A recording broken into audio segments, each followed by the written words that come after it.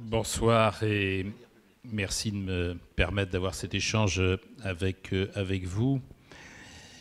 La stratégie nationale de santé, je crois qu'elle recouvre effectivement un certain nombre de sujets. Et assistant tout à l'heure à une partie de l'échange qui précédait, aussi bien venant de la tribune que des réactions de la salle, je me disais qu'on était totalement au cœur de ce qui est aujourd'hui la nécessité d'accompagner l'évolution du système de santé.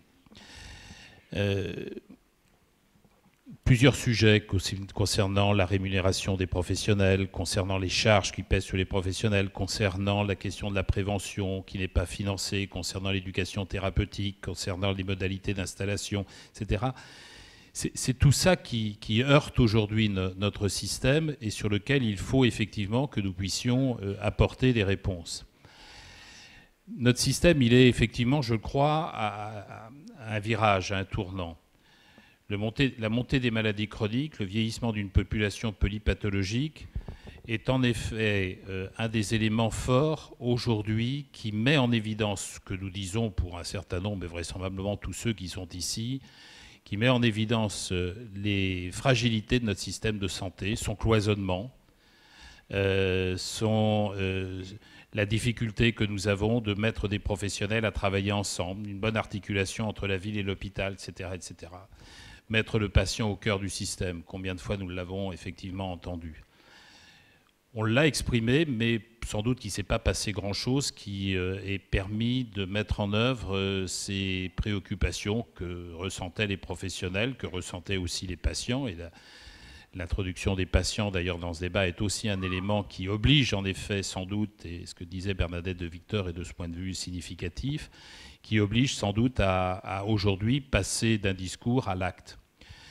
Je disais, la montée des maladies chroniques, il faut en effet savoir, et le rapport du Haut Conseil pour l'avenir de l'assurance maladie dit des choses intéressantes, le rapport d'avril 2012, plus de la moitié des dépenses de santé aujourd'hui, 63%, dit la Caisse nationale d'assurance maladie dans le rapport chargé-produit qui est publié en juillet dernier, 63% des prestations, pas de l'ensemble des dépenses d'assurance maladie, mais 63% des prestations versées par l'assurance maladie concernent des maladies graves ou des maladies chroniques.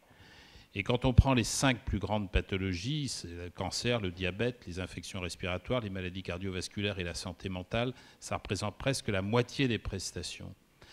Donc c'est à la fois un enjeu économique, mais aussi c'est un enjeu d'organisation du système. Et l'un d'entre vous évoquait intervention dans la salle tout à l'heure, le fait que pour beaucoup, c'est une question d'organisation du système. Ça ne veut pas dire qu'il n'y a pas d'autres sujets qui ont été évoqués, qui doivent être traités, mais effectivement, il faut qu'on arrive à faire bouger le système pour qu'il puisse à la fois être plus efficient sur le plan économique, parce que n'oublions pas quand même que c'est de l'argent de la collectivité et que par ailleurs, il y a des prises en charge qui ne sont pas assurées aujourd'hui. Je veux dire, la question de la maîtrise de l'évolution des dépenses de santé, ce n'est pas pour avoir un objectif uniquement économique, c'est parce qu'il y a effectivement une évolution du besoin qui oblige à assurer des prestations qu'on n'assurait pas hier et qui, effectivement, ne pourront être assurées que parce qu'on redéploie à l'intérieur d'une enveloppe globale qui est limitée par le niveau des prélèvements obligatoires. C'est ça la problématique auquel on est confronté. Donc si on veut à la fois répondre à cet objectif économique et d'autre part assurer que la prise en charge d'un malade chronique atteint de cancer, de diabète ou autre, c'est pas le parcours du combattant, mais que c'est plus fluide dans sa prise en charge, qu'entre le moment où le dépistage a eu lieu et la prise en charge, on raccourcit le délai, etc., ben, il faut qu'on s'organise autrement. Et vous le ressentez comme professionnel, les patients le ressentent, et je crois que c'est effectivement le défi auquel on est confronté, sur lequel il faut qu'on bouge. Et la stratégie nationale de santé, pour moi, c'est ça. C'est comment on va apporter des réponses nouvelles à une organisation. Alors, il y a d'autres éléments dans la stratégie nationale de santé, c'est-à-dire c'est pas uniquement la question du parcours, la question de la démographie médicale et la question de la formation, la question des coopérations entre les professionnels, enfin, etc., etc. Je ne vais pas reprendre toute la liste. Vous pouvez trouver l'ensemble, non pas simplement du rapport d'Alain Cordier, mais surtout de la feuille de route qui est peut-être plus opérationnelle que le rapport d'Alain Cordier sur le site du ministère. Mais c'est l'ensemble de ces sujets auxquels on est confronté aujourd'hui et auxquels on n'échappera pas. Et bon, moi je vais arrêter là mon propos parce que je crois que c'est peut-être plus intéressant qu'on ait effectivement un dialogue, et puis que d'autres d'ailleurs, cette tribune interviennent, mais c'est autour de ça et beaucoup de choses qui étaient exprimées tout à l'heure. Et moi j'entends bien quand vous exprimez la frustration de ne pas avoir de réponse à un certain nombre de situations auxquelles vous êtes confrontés. Il nous faut arriver à pouvoir avoir une démarche qui nous permette non pas de mettre sur le côté des sujets qui sont très sensibles, enfin j'entendais le débat sur le paiement à l'acte, surtout évitons de nous enfermer dans des débats soit idéologiques, soit en tous les cas qui ont une telle charge émotionnelle qu'on n'avance pas. Simplement la question effectivement des modalités de rémunération des professionnels libéraux, comme d'ailleurs des établissements de santé. C'est évident que la tarification à l'activité répondait à un objectif qui est tout à fait assumé. Moi, il s'avère que j'étais rapporteur en tous les cas, je travaillais à ce moment-là au Parlement sur la loi de financement de la sécurité sociale, et il s'avère que la tarification à l'activité, je l'avais d'ailleurs y compris commencé à évoquer lorsque j'étais ministre, puisque je parlais à ce moment-là de la tarification à la pathologie. Dans la loi de 91, la loi hospitalière de 91, il y a le support législatif d'une tarification à la pathologie, qui n'avait jamais d'ailleurs en l'occurrence été mis en œuvre. Donc pour les établissements publics, sortir du budget global était absolument nécessaire pour avoir un mode de tarification qui, y compris, on peut critiquer la tarification à l'activité, mais qui a, y compris entre public et privé, établi des éléments de comparaison tout à fait utiles pour l'un comme pour l'autre des acteurs. Donc la question de la tarification à l'acte, la tarification à l'activité répond à un certain nombre de situations, mais elle ne répond pas à tout. Sur l'ensemble de ces sujets, je crois qu'il faut qu'on ait une attitude très ouverte, aussi bien les pouvoirs publics d'abord, l'assurance maladie et les professionnels ou les institutions de santé, les établissements de santé. Je crois qu'on n'échappera pas, non pas à une révolution qui abordera l'ensemble de ces sujets en quelques mois. Et de ce point de vue, en effet, il y a compris peut-être non pas des erreurs de communication, mais des tropismes qui fait qu'on saisit un sujet. La stratégie nationale de santé ne peut pas se réduire au tiers payant, de la même manière que la stratégie nationale de santé ne peut pas se réduire à la préparation de la loi de santé publique de 2014. On est dans une démarche de longue haleine, on est dans une démarche où effectivement il faudra du temps. Le secteur de la santé est un secteur dans lequel, entre le moment où on exprime une perception et le moment où on passe à l'acte, c'est souvent très long, et malheureusement peut-être qu'on laisse passer des opportunités. Mais voilà ce que je peux dire, moi, en répondant à ta question, Benoît, c'est vraiment que nous sommes à un moment où effectivement il ne faut pas qu'on loupe ce virage, mais il faut qu'on le prenne, parce qu'on a un système qui reste un système de qualité, mais qui n'est pas bien adapté à l'évolution épidémiologique, à l'évolution de la population, et puis à d'autres sujets. Et la question de l'installation des professionnels de santé est quand même un vrai sujet. Je salue Bruno Silberman, qui est quand même mon interlocuteur préféré, si je puis dire, avec d'autres représentants du RPS d'Île-de-France. Mais enfin, c'est un sujet sur lequel il interpelle à juste raison l'agence, et je présume que dans beaucoup de vos régions, vous devez aussi interpeller les agences sur la question de la démographie et de la répartition des professionnels. Pas question de remettre en cause la question de la liberté d'installation. Par contre, on voit bien qu'aujourd'hui, on a à faire face à des situations territoriales où, en effet, on n'est pas en capacité d'apporter une réponse à la population. Donc c'est l'ensemble de ces sujets qu'il nous faut effectivement traiter. C'est à ça que peut correspondre la stratégie nationale de santé, si on sait effectivement l'apporter de cette manière. D'abord, je crois que le premier constat, c'est qu'on est confronté à des situations très différentes selon les régions et même à l'intérieur des régions. Et je voudrais rassurer l'intervenant qui posait la question des inégalités sociales et territoriales en considérant qu'il y avait une stigmatisation des professionnels de santé. C'est en tous les cas pas la démarche de l'Agence régionale de santé Île-de-France. Et si on est cohérent avec l'analyse que vous avez d'ailleurs repris en partie dans votre intervention, selon lequel l'état de santé d'une population n'est pas seulement lié à l'offre de soins, mais est le résultat d'un certain nombre d'autres éléments qui sont des éléments sociologiques, des éléments liés à la situation économique, à la situation de l'emploi. L'OMS vient de sortir un rapport qui montre aussi l'impact de l'environnement, etc. Et moi, je partage complètement cette analyse. On ne peut pas naturellement en tirer les conséquences que les inégalités soient liées aux professionnels. Il y a des inégalités d'état de santé de la population, des inégalités sociales et des inégalités territoriales, et puis il y a des inégalités d'accès aux soins. Et c'est deux choses qui, éventuellement, à certains moments, impactent, mais ne sont pas de même nature.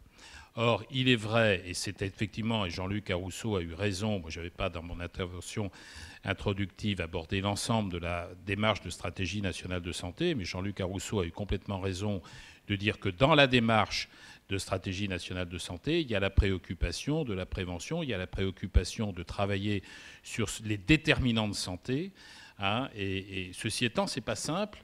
Et d'autre part, il faut bien que l'on soit conscient qu'on a un système qui, dans son financement, et je vais revenir, je ne vais pas là non plus polémiquer sur la problématique du paiement à l'acte ou pas paiement à l'acte, ceci étant, il faut quand même qu'on soit tous conscients que les modalités de financement de notre système impactent son organisation et impactent les politiques. Or, on a un système qui s'est construit, je ne voudrais pas qu'il y ait une interprétation qui soit biaisée. À la limite, la question vis-à-vis du mode de système britannique, il n'est pas intéressant sur l'organisation du système, etc. Ce qui est intéressant peut-être de regarder, c'est qu'il y a un mode de financement différent. C'est-à-dire qu'on a effectivement un système qui est financé globalement et non pas sur un mécanisme d'assurance sociale. Le fait d'avoir un système en France qui a été construit sur des assurances sociales fait que nous avons un système qui est financé sur la consommation de soins. On consomme parce qu'on accède à des prestations de soins, et on parle d'ailleurs de prestations maladie, et on n'a pas du tout un financement qui évite l'apparition de la maladie, s'il fallait simplifier un peu les choses. Et donc il y a là une réflexion à conduire, mais ça veut dire quand même que dans une enveloppe globale qui reste quand même limitée, il faudra là aussi faire des choix. Donc le premier constat, moi, sur lequel je voudrais revenir, c'est qu'on a, en termes d'état de santé de la population et en termes d'offres de soins, et si on est bien d'accord pour ne pas mélanger les deux choses, on a des situations très différentes selon, effectivement, les territoires. Et ça me permet d'aborder le deuxième élément, ce qui est la question de la gouvernance qui a été évoquée par plusieurs intervenants. Je pense que nous avons, avec la création des agences régionales de santé, c'est une démarche qui a été portée depuis très longtemps, et elle répondait à une préoccupation qui était une préoccupation d'une adaptation de notre système à effectivement des situations différentes selon les territoires, selon les régions. On a, avec la création des agences régionales de santé, permis effectivement qu'il y ait un outil au niveau régional qui permet de mieux adapter la réponse à la réalité du besoin qui en effet est différent, qui même à l'intérieur d'une région est différente. Vous savez, à l'intérieur de l'Île-de-France, entre les problématiques en Seine-Saint-Denis et les problématiques en Seine-et-Marne, c'est deux situations différentes. Enfin, deux situations, il y a même plus de situations que cela d'ailleurs, parce que même à l'intérieur d'un grand département comme la Seine-et-Marne, qui, comme vous le savez peut-être, est le département qui a la superficie la plus grande de l'ensemble des départements français, entre la partie Marne-la-Vallée et puis le fond de l'est de la Seine-et-Marne, la région autour de Provins par exemple, ou le centre de la Seine-et-Marne, c'est des situations complètement différentes. À la fois sur le plan épidémiologique, d'ailleurs, on sort des informations de ce point de vue qui montrent des situations différentes sur le plan épidémiologique, et puis d'autre part sur le plan de l'offre. Et donc ce qu'il faut, de mon point de vue, et c'est pour ça que par rapport à la gouvernance État, assurance maladie et éventuellement d'autres partenaires, moi j'ai plaidé lorsque j'étais parlementaire, et je pense que c'était utile dans tous les cas de poser le problème en ces termes pour éventuellement la création d'une agence nationale de santé. Oui, il fallait la faire en même temps que la loi HPST, ce qui n'a pas été le cas. Aujourd'hui, je pense qu'on n'est plus dans cette situation. Par contre, ce qu'il faut, c'est qu'effectivement, nous puissions avoir au niveau régional des outils de négociation. Et je m'inscris totalement, mais on a eu l'occasion plusieurs reprises avec Bruno Silbermann d'avoir des échanges à ce sujet. C'est-à-dire que les besoins des professionnels de santé, là j'impacte y compris la problématique de est-ce qu'il faut faire le ménage, pas le ménage, etc. C'est-à-dire la problématique des charges et la problématique de c'est quoi aujourd'hui les contraintes d'une installation d'un professionnel de santé, ou c'est quoi aujourd'hui, au regard de l'évolution, y compris de la demande nouvelle des jeunes professionnels qui ne veulent plus travailler dans les mêmes conditions, c'est quoi l'organisation qu'il nous faut avoir ? Or, force est d'admettre, et sans polémiquer avec les représentants syndicaux qui négocient la convention médicale, force est d'admettre que dans la convention médicale, bon, il y a un certain nombre d'avancées au cours des dernières négociations, notamment sur l'introduction d'un paiement, sur des objectifs de santé publique, etc. Mais les questions de différence de charges et de différence de contraintes de structure selon les régions n'a jamais été pris en compte. On n'a jamais, dans la négociation conventionnelle, pris en compte la problématique de l'installation des professionnels de santé, au nom de liberté d'installation. Donc on n'y touche pas. La réalité des choses, il ne s'agit pas de mettre en cause la liberté d'installation. Simplement, force est de constater qu'on a quand même laissé se développer des situations de déserts médicaux dont on n'a pas réellement pris les mesures dans le cadre conventionnel pour pouvoir effectivement y faire face. Je pense qu'il faut que l'on introduise dans la négociation conventionnelle des éléments qui doivent être négociés au niveau régional. Là aussi, moi je ne plaide pas pour que l'on fasse on ne va pas faire le grand soir du système de santé. On a un système qui évolue et on voit d'ailleurs que, c'est un peu mon privilège, d'autres ici aussi, c'est que ça fait un petit moment que j'y assume des responsabilités diverses, il y a quand même une continuité, et je dirais presque quelles que soient les majorités politiques. Ça s'inscrit quand même dans une grande continuité. Alors c'est vraiment une question que nous pouvons maintenant aborder parce que nous avons l'échelon régional au niveau des agences régionales de santé. Je ne veux pas me prononcer ici pour me dire que c'est les URPS qui doivent être les interlocuteurs. Peut-être il faut trouver un accord avec la représentation syndicale qui est très impliquée dans la négociation conventionnelle. Ceci étant, je constate quand même que les URPS, et je ne le dis pas ici parce qu'on est invité par les URPS, mais en tous les cas l'URPS de l'Île-de-France sait ce que j'en pense depuis bien longtemps. Je pense que les URPS sont un partenaire avec les agences régionales de santé avec lesquelles on peut engager des négociations contractuelles pour pouvoir adapter les réponses à des réalités différentes selon les territoires.